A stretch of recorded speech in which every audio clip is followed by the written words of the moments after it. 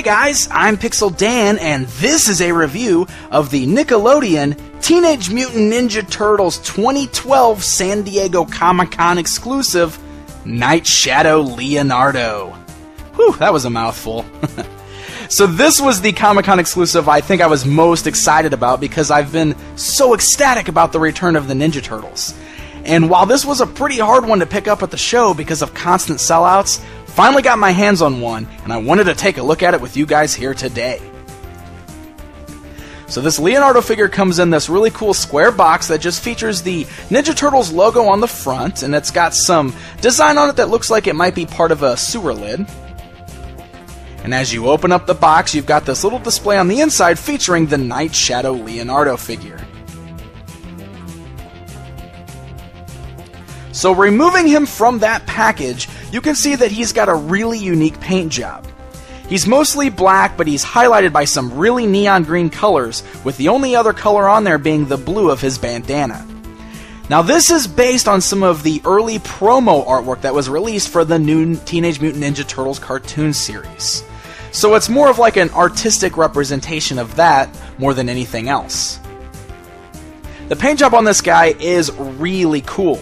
He's mostly black, so if you take a look at him, especially from the back side, you can see he's just a solid black except for the blue of his bandana.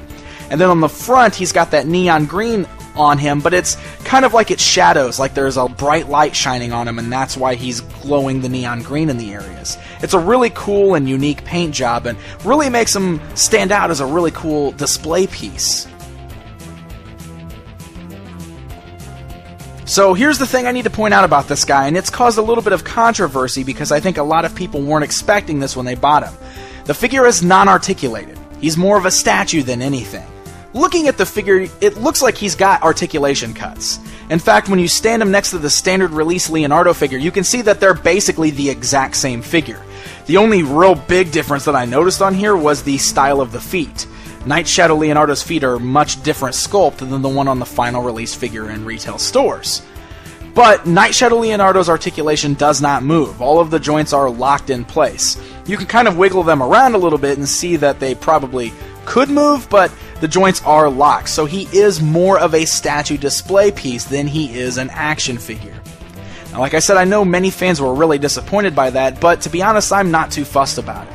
I think this is a really cool looking figure, and if he was able to move and articulate and everything, all of those lighted shadows and everything painted on him would then look a little out of place. You can see he's painted like he's standing in this one particular pose, and that's the way all of the green and everything is on him, like the light is shining on him in that pose. So if we started moving his articulation around, he might start looking a little weird.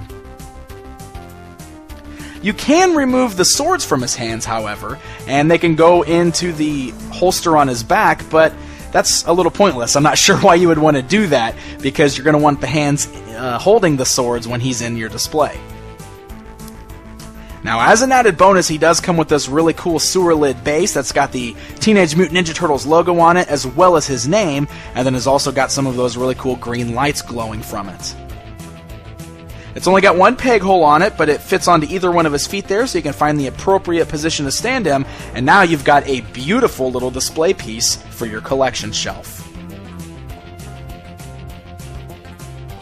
So there you go, that's pretty much it, guys. There's a look at the Night Shadow Leonardo figure. Sure, he's not actually an action figure, but he's got a really cool paint job, and I think this makes a really unique collectible to add to your collection. Stuff like this usually works great as a San Diego Comic-Con exclusive, because this may not be for everybody, but for the people that were there and were able to pick it up, it makes a really nice piece to say, I got this from San Diego Comic-Con, and it looks great on your collection shelf. Until next time,